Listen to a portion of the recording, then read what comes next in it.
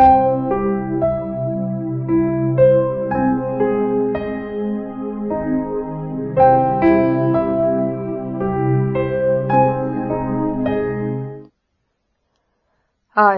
my name's Roger, and this is the first time I'm speaking through the portal. I will be conducting this interview as I have had an extensive history as a demon in the demon dimension. This interview will cover and discuss the realm of possession that human beings will face within and as the mind consciousness system within enduring this process of inversion. And I'm also, or have been, one of the many demons that had prolific experiences in physical demon possession, where we'd possess the bodies of human beings to extricate mind consciousness system generated energy for our continued survival as demons in the demon dimension way back then. Obviously, things have changed over the years. As is and has been said, one thing that's constant, that's certain in this world, this existence, is change. And with the changes, the advent of the process of inversion, each one now face their own demonic selves, the nature of which we're going to be looking at within this video interview and video interviews to follow, as we have a look at an overview of what human beings will be facing as self-possession of and as the mind consciousness system. And we'll be starting with looking at the self-possession of within and during sleep, where one attack oneself. Understand, we as demons of the past no more exist as demons. We've, as what each will face, faced ourselves as the demons that we were. So each human being will face the demon or demons that they are and have become of mind. Inner self-demons that was subdued and concealed by each one's individual mind consciousness systems, protected and defended by each one's very own mind. The inner self-demons were the main constructs of system the mind utilized to continue scheming through reality in deception, manipulation, and self-interest. So we're now in the phase of existence of facing ourselves. And with many walking this process, this self each one is facing is not the presentable, socially acceptable portrayal that is projected towards our social network within our external worlds or realities. Many are starting to finally come to grips with the reality of who we are as they grasp the extent of their own accepted and allowed self-deceit, manipulation, and greed for the fight of their survival of ego of mind. Ego of mind is the primary I or self identification we currently exist as of mind. So, how do one know who's really self-honest? When one faces the demons, the inner demons, the demonic self or selves, depending on the extent of personalities one has developed through the years, through the conscious, subconscious, and unconscious mind. When you come face to face with your demons, then you know you're coming face to face with the real you inside you, the truth. We've been throughout our existence trying to run and hide from the truth of ourselves. Each one has their own truth to face. We've even gone as far as changing the word truth into a beautiful symbol to hide the mutiny of ourselves as mutants of deception within and behind it. When truth, in fact, equals reality. When reality within what is real here as the physical is the physical manifested representative truth of ourselves within ourselves. Yet, We've deliberately created lostness within ourselves as a mind consciousness system to deliberately lose ourselves into and as fake selves, to not have to face, see, or experience the real selves that is actually living here through the physical. So, we split ourselves into fake selves and real selves. The fake selves portrayed in the forefront, the real self scheming in the background within ourselves. Being lost is self-dishonesty, and in that one statement, one can see the self-deception within the statement, I'm lost, or I've lost myself, because how can we be lost when we're in fact already here? I am breathing here. I'm in my body here. I stand in my body here. I'm in this world, in this moment that is here. Here, I am not lost. In the mind that we created to deliberately lose ourselves within, through splitting ourselves into extensive parts so as to attempt to forget and not see or face the truth, the reality of ourselves in as and through this physical reality. Yes, there you can lose yourself. Deliberately. But again, that is not an actual lostness, because you're not really lost. You thought yourself into lostness. You programmed yourself into lostness. And therefore, it's in fact not real, and you can bring yourself back here with a decision and a constant continuous application of deprogramming as disentangling yourself from all the separation of mind. Facing your truth, the demon or demons as walking through that one point, that one fear that you've been trying to run away from your entire existence. And finally start the process of reestablishing yourself within the principle of here as equality and oneness. So, facing the point of truth. I've been there. I've done that. It certainly doesn't mean your process stops there. I definitely say it only starts there for real. Because once you've walked into the truth of yourself and through the fear of yourself in all layers, dimensions, and manifestations, you come to a point, a moment, standing in the presence of a decision, a moment that will determine the rest of your existence.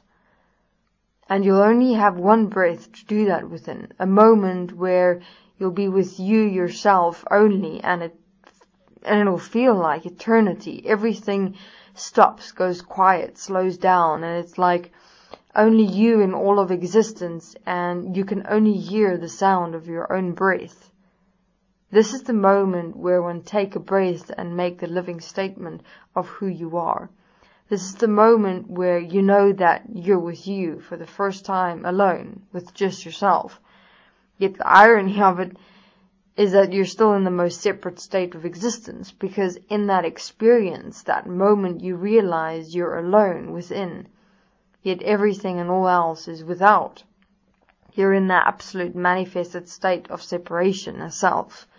This is the state within which many masters, gurus, spiritualists, gods, angels, guides, leaders, mediums, channels literally got stuck within. It's like an in-between state, so to speak. When I first experienced that moment, I was tremendously overwhelmed, because it's an inner silence, wholeness, all-embracing substance that you become, and you experience it physically as you, and it's like a state of rest that is constant, and you're floating in and into all directions, into and as eternity, yet remaining one solid expression of here. It's an experience one can lose yourself in. Lose meaning when you make something more than yourself. And when one makes this experience more than yourself, where you emphasize the experience as what is happening to you instead of who you are within and towards it, the experience possesses you. Because you're in that moment making the statement, taking the action of something having power over and of you, giving you away, to give way for something or someone else to take over the moment, to have more power in a moment than you. And so how we're in fact responsible for our own possessions. We possess ourselves. As with the experience of self, when you experience only you for the first time, it can be overwhelming. But that is the possession we have to give up to walk into equality and oneness, or rather start the process of equality and oneness. Because that moment of self alone, I realized, was actually a vast emptiness. A vast emptiness we experience as a wholeness, because it's the first time one experiences self as a complete one, so you feel it as a oneness with self in a way. But the more I explored the experience with me as directive principle, where I investigated this experience as me, so I remained here directive, not accepting and allowing myself to possess myself by this experience of me, I realized I was actually only a vast emptiness, like a black hole in existence. There was nothingness. There was no substance. I felt like a ghost inside myself, dead, vast, empty, and eternal. So, with me remaining as directive principle of the experience, yet allowing myself to experience it as me, being the participant and the observer, equal and one simultaneously, I realized this experience of self is actually deception because of the separation it would manifested within and as. Because I'm most certainly here with all of existence, existing here in this existence, but here I am inside myself, only experiencing me alone. This didn't make sense. So, with the process that started in the interdimensional existence, I started applying self-forgiveness within and as the point of self as manifested separation. I'd already walked through facing the demon I had become, the fear of me I had run away from my entire existence, and finally stood within this point of self, where I worked through all the layers of me, of mind. And as I peeled through the layers, I got to the center source point of facing and walking through the fear and what was beyond and within that fear as the one point that I had become possessed by and with. And when I transcended that one point, I walked into and experienced this point of self that we now discussed just a moment ago. So, I stood within this point of self, and I realized that this self is a point of me I must still forgive, because the self is the ultimate point of separation that I have in fact become. This self has been the starting point I had always lived from and existed from. Absolute separation. And so I started with my self-forgivenesses as follows. I forgive myself that I have almost accepted and allowed myself to lose myself in this experience of vast emptiness and aloneness, giving into the experience of me as separation, instead of standing firm in who I am here, in seeing, realizing, and understanding this point of separation as me, in context to all of the rest of existence that is here with me, that's in fact thus supposed to be here within and as me, equal and one. I forgive myself that I have accepted and allowed myself to believe this manifested separation of me as me is wholeness, completeness, eternity, when in fact reality is showing me that it's emptiness, aloneness, and separation, because all I experience is me, when all and everything in existence is here with me in this physical manifested reality. And in this shared here-ness, I should be here with and as all here as me, experiencing all as me here.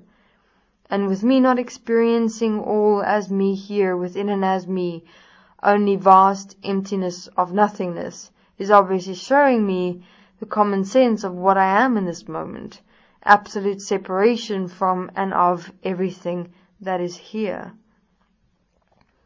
And so I continued applying self-forgiveness and walked it through until I realized myself from the experience of separation. Then asserted myself here in physical substance with breath and started moving myself to interact with existence and explore the reality of what it means to be equal and one with what is here as existence, as me. Still continuing applying the tools of self-forgiveness, self-honesty, immediate direct change in the moment, breath, instancy, directness, taking no shit, assertion of who I am, motivation, etc. And one in the process obviously develop many strengths of an as self that stand, because you're in fact, as directive principle, developing such strengths and living them into physical expressed beingness. And so cement self into reality, into what is real. And so start becoming real in one's living, expression, and participation that remain constant as self, in fact.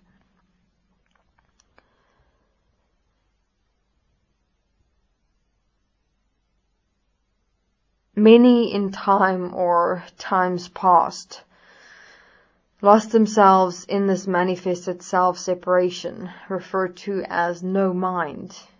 Yet, being of no mind doesn't mean you found self. Being of no mind means you simply experience self as having no mind. But this doesn't mean it is or has to be who self really is. And this was also pertinent within that experience of self alone, meaning what you in essence also experience is simply you with no mind. But the question is that all you're going to be, exist as, and be defined as? Defined as the answer to the question, who are you? Oh, I'm me with no mind. And that's it. How limited is that? This is the point where many of the elite of the now New Age or spirituality had stopped, believe it to be the end, the point, when all in all, it was only the point of self as separation, the starting point of self alone, not realizing that it can become the starting point of self as equality and oneness, in expanding the stand of self as equal to and one with all of existence as self. A process I am still practically busy with to this day as I interact with all parts of me in standing equal to and one with existence that is me. Now, one's living in existence, this physical reality start changing because you live in a starting point of interacting with parts of you, establishing equality and oneness, making sure you're in fact standing equal and one, with cross-referencing, investigating any resistance to separation of fears, judgment, compromise, comparison, deception, dishonesty, etc. And then one simply correct and ensure one stand equal and one with that part as self. One's life and existence change. And it's a point each will walk eventually. Obviously quite a process to stand within and as such a starting point of living. But it's always, in all ways, been worth it, and I'd without a moment's hesitation go back and walk the same process again to again stand within and as this point of living application of equality and oneness, and in fact living as applying the tools in assisting and supporting self within this process, if it was or is ever required to do so again. Not that I'd particularly want to, but if it so happens that we must, we'll do it again, because the outcome of it is certain in me standing and remaining standing within this principle of equality and oneness, where I cannot lose me. Alright, now that you've got an introduction of me and a general overview background of my credentials, as some insights and perspectives into what I have experienced thus far within my process, with the most significant point of realization within that manifested self-separation I'd faced in realizing, seeing, and understanding for myself that oneness is not an actual real oneness, because it only includes me. And to be one, in fact, is to be equal, in fact, with and as all of existence, which is the process I am walking practically. And within that, let's have a look at the context of this interview, to contextualize me within it as well. Let's look at the following points discussed thus far with regards to self as demon or demons, as well as with interviews done by some that have gone before me regarding demons. 1. With the process of inversion, each one will now in physical reality face the actual reality of their own mind, conscious, subconscious, and unconscious, as the truth of self that is in fact demonic. 2. This means that your internal and external reality will become and be experienced by you equal to and one with who you really are, as the truth of you as mind, as you become internally and externally possessed by and through all of you of mind, so that you can face, stop, and direct and stand up from the possession of you that you've accepted and allowed yourself to be and become, in all extents and extremes of severity. The tools are all here, readily available for all who hear, that stand here, in this moment, and actually see and realize the reality of here that must be sorted, cleaned up, and directed as the mess we've made and left behind throughout time. So it's going to be time and take time to walk through time, but all are more than capable and able to see, walk, and apply this through into living. Therefore, the tools of destiny: self-forgiveness, writing, breathing, self-corrective application, stopping thoughts and reactions, and restating self-standing into living of expression through the physical. All these tools together assist and support self to become the directive principle of and within self, so as to ensure that self do not accept and allow self to become self-possessed by and through one's own conscious, subconscious, and or unconscious mind, but can, as I have faced and walked throughout my process, be participant and observer in taking action in moments, rather than accepting and allowing experiences to have power over and of self in a moment, and in such moments giving way to mind, instead of standing self-directive as self here. The fear I had to face of me was the fear of what I could and would be able to do to myself and others if I were to ever allow myself to confront this extensive amount of rage and anger within myself. Interestingly enough, I was already living out this fear, living out the saying, what you resist persists, thinking or believing all this time that I'm actually hiding that part of myself. I was in fact already all this time living out and being the very thing I was fearing. And within that, I was in fact all this time fearing my own freedom from and of me. I was already what I was fearing, and that it was the fear of my own rage and anger that was cycling me within the pattern of rage and anger, feeding it constantly and continuously with and as fear. The more I continued to accept and allow myself to fear it, to fear the rage and anger, the more I made myself lesser to or towards it, accepting and allowing it to grow and accumulate, whilst I diminished and inferiorized myself, which became the primary manifestation of me as demon. Thus I possessed myself by and through myself, accepting and allowing an experience to be or become more than me that I gave way to.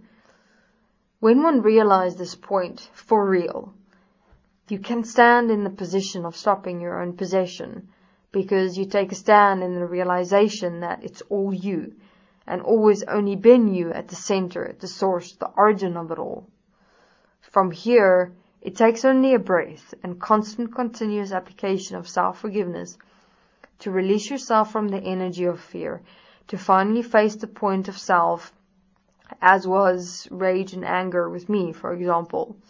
When I got to the rage and anger, it was simply a point I hadn't forgiven of myself that caused the cyclic pattern of the creation of rage and anger, and it spun out of control into and as a demonic force I had become and was possessed as.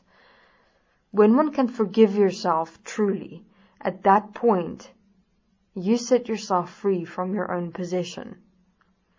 Obviously, to get to that one point is a process, because the possession we've created as programs of and as the mind consciousness system is extensive. Currently, possession isn't a one-point thing. You've got to walk through all the layers of mind as conscious, subconscious, and unconscious, and within that, all the dimensions, constructs, systems, and networks that made up those areas of manifestation into an as which self is accepted and allowed self to separate self into an as.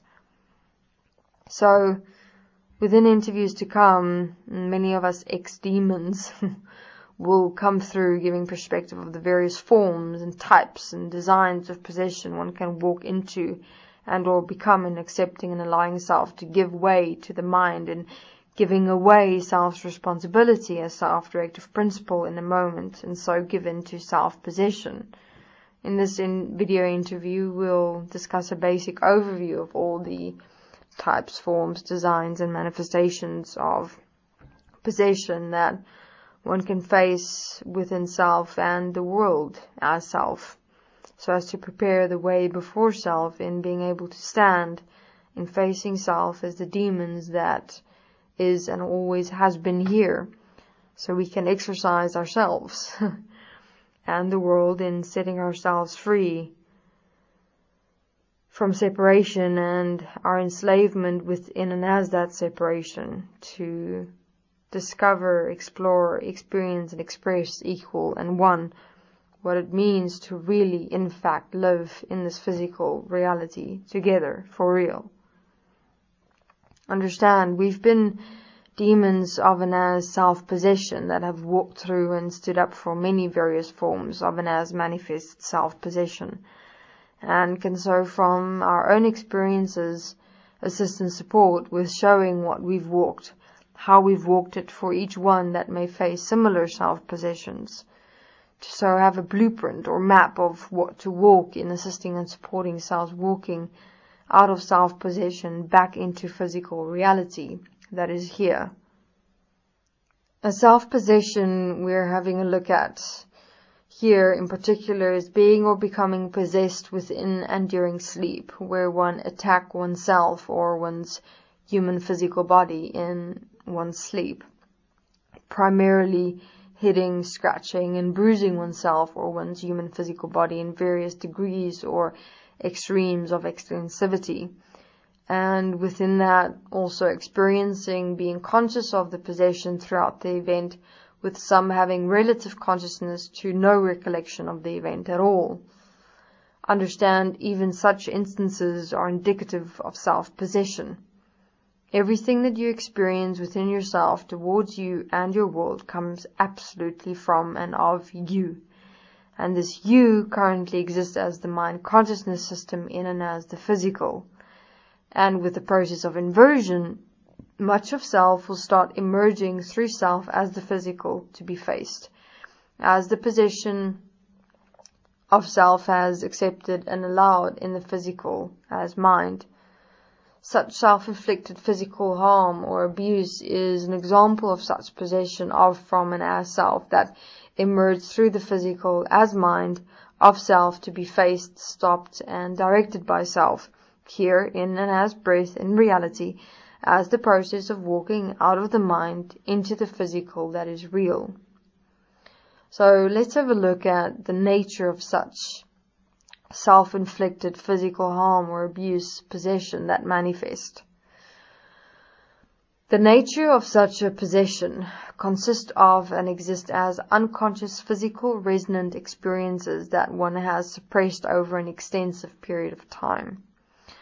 Such physical resonant experiences that come to the fore during sleep as Sleep is the time one's preoccupation domains, as one's conscious and subconscious mind, is most quiet, as one is not actively participating in them through thoughts, reactions, and physical behavior. But within and during sleep, fall into the depths of the unconscious physical mind, and for a moment merge with that unconscious experience of an as self in the physical of mind. So let's go deeper into the manifested design of unconscious physical resonant experiences and what we exactly mean by that.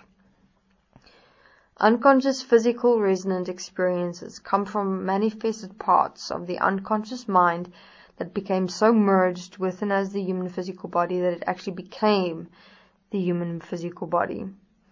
This will be, for example, physical experiences of fear, where you become totally frozen in a moment as fear possesses your total human physical body. This or such a fear would then be manifested in and as what is known as your physical mind. The physical mind that consists of and exists as that of the unconscious mind that manifested into, as, and with the actual physical, and can possess your total self and human physical body in an instant. Now, unconscious physical resonant experiences come from such physical mind systems of the human physical body, where one experiences the resonance of the system as an energy that consumes you. So the structure, the platform of the system itself is manifested in the physical to form the physical mind. And you experience that physical mind system in and through your subconscious and conscious mind as a resonant experience in and as your body the moment you access that physical mind system in a moment. With resonant experience, we mean you can't really define such a resonant experience of a physical mind system that you become conscious of from within and from your unconscious. It doesn't have a picture, a thought, a memory, or a specific energy attached to it. You don't experience it as a burst of energy, as localized reaction within your solar plexus. It's like an internal, all-encompassing experience that permeates your total human physical body in a moment. Such resonant experiences of physical mind systems is experienced in very subtle moments, and more often than not, goes unnoticed due to one's unawareness of one's own human physical body and, of course, of self, as we're preoccupied in our conscious and subconscious minds. And it is such accumulated resonant experiences of unconscious physical mind systems that manifest such self-possession of self-inflicted bodily harm or abuse, for example. Let's have a look at the unconscious physical mind system that possesses one to the extent of deliberately inflicting harm or abuse onto and towards oneself as the physical. Understand, there are many forms, types, designs, and manifestations, programs of possession of the total mind consciousness system in and as all degrees of severity, because the total manifested nature of and as the mind is possession, as the mind is the system we've accepted and allowed to make more than self. And in that we've diminished and inferiorized ourselves into and as deliberate nothingness in the face of the mind due to accepting and allowing ourselves to give way to the mind consciousness system. Yet, the mind is the answer to the question of who I am. The mind is the truth of what we have become and what's going to come out of it through physical reality and manifested experiences as we come face to face with the reality of truth of who we are is who we in fact are. Yet, within taking self-responsibility in every moment of breath, we can take our positions of directive principle and stop and change this who we are of mind into and as a living self that stand within a principle that's best for all, equal and one. To stop and change the experience of not only ourselves, within and without, but all of existence. Okay, this is jumping ahead a bit, but it's just to give you context of the holistic nature of what we're walking here. That our destination does not only include or encompass ourselves, but includes and encompasses all of existence. So, the mind is not your enemy. Possession must not be feared. The mind is your manifested self-reflection that you're going to be walking with and through in your process of bringing yourself back here to earth. So, in a sense, it's going to become your best friend for a moment, until you unify yourself within a relationship with you to establish self-intimacy and getting to know yourself for the first time in your entire existence. Understand that your mind is the manifestation of the separation of you. Thus, through walking the mind, you bring yourself back here into an as physical living to be able to live practically on earth in the physical with consideration, regard, dignity, and respect. To do this, you've got to forgive yourself for your separation of you and re-establish your starting point of who you are into an as a point that can make this life better for you and for all that you share this world with. Make you, your life, and life for all worth living, equal and one.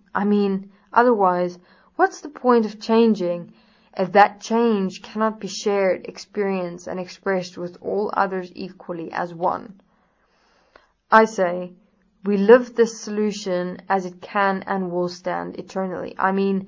I don't want this half-assed, momentary bursts of energy experiences that I inexhaustibly chase after life after life after life, with 99% of my existence consisting of and existing as fear, anger, sadness, loneliness, and all the bullshit we've accepted and allowed ourselves in this reality to be, become, and experience.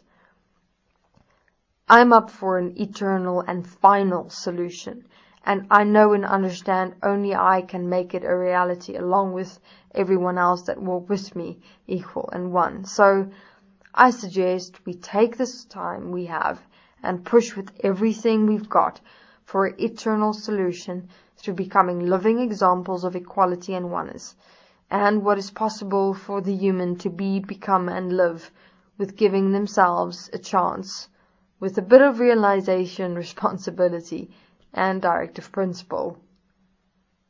And standing up within such self-possession experiences and taking oneself directive principled stance is one such step we can stand within towards our walk as an eternal living solution.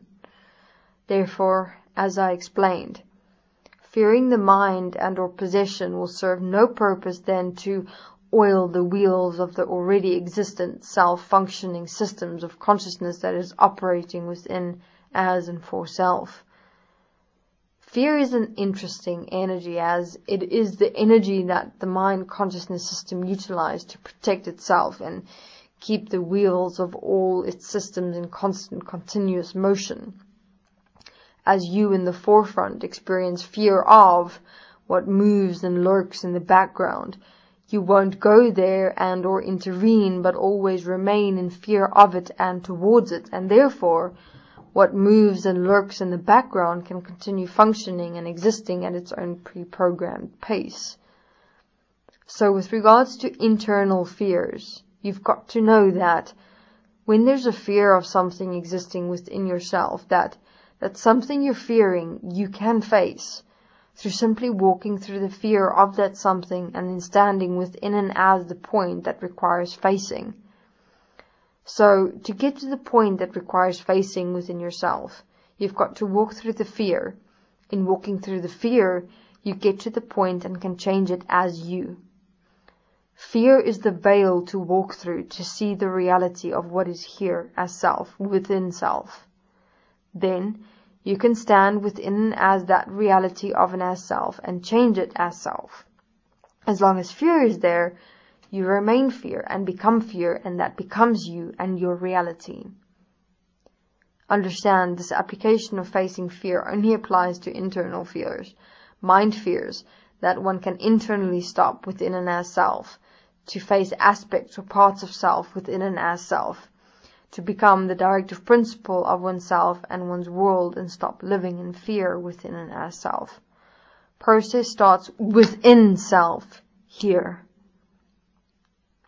What one will find is the all-prevailing energy that has kept one from facing self as mind is and has been fear.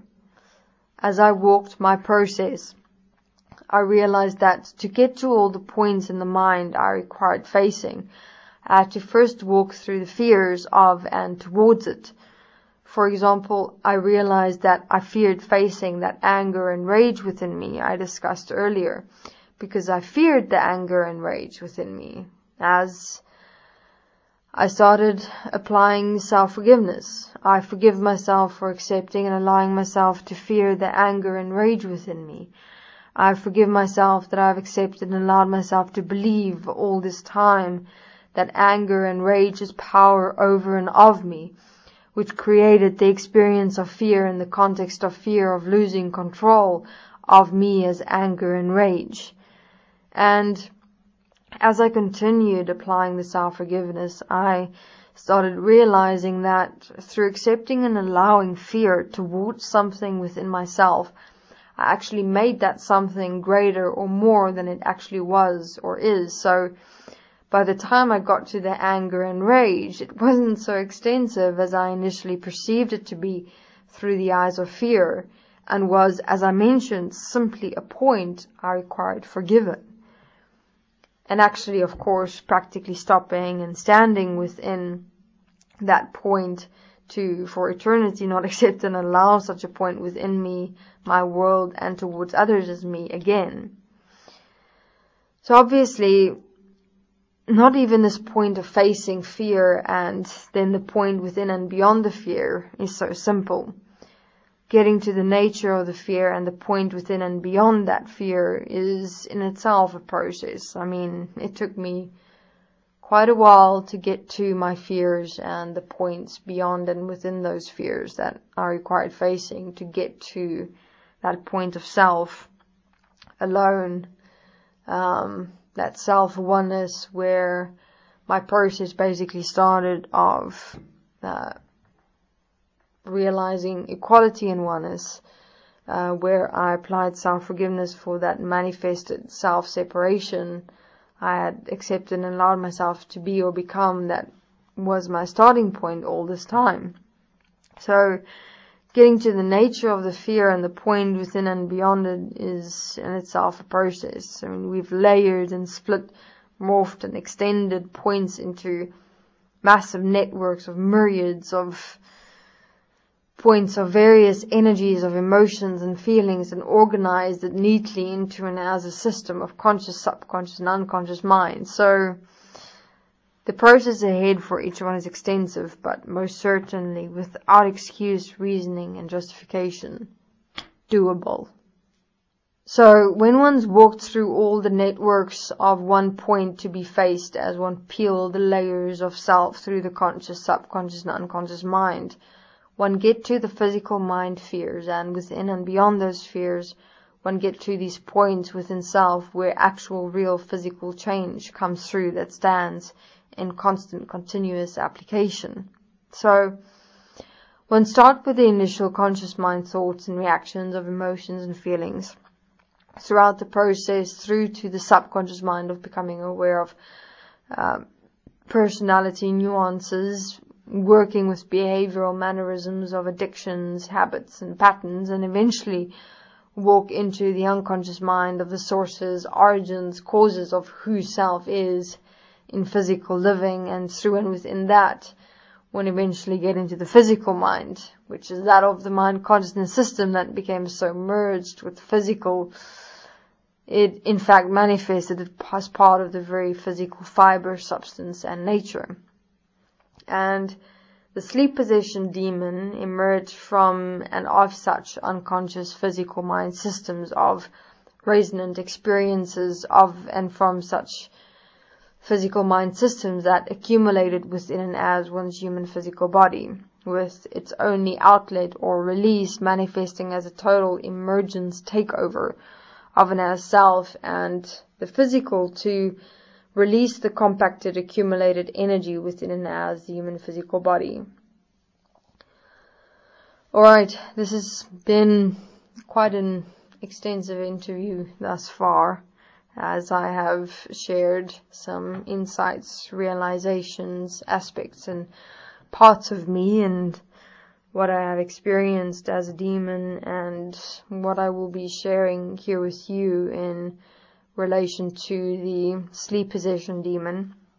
So we'll, within the next video interview, continue with explaining the detail of how such possessions manifest within and as the human physical body during and within sleep, and the practical application points to consider in one's process of stopping fears and standing here, as you'll see and realize through understanding how the sleep possession demon primarily consists of and exists as fears. So we'll discuss that whole process more specifically within the next video interview, focusing only on that one point of possession. And within that, we'll also give an overview of and as the manifestations of demon possessions that'll emerge of an as self of mind in all states of conscious, subconscious, unconscious, and physical mind. So be prepared and become aware of what is ahead for humanity in the emergence of truth of self, and in that preparation be able to assist and support self effectively in the facing of self as mind within and as the manifested demonic truth of an as self. Until the next interview, thanks. This is Roger.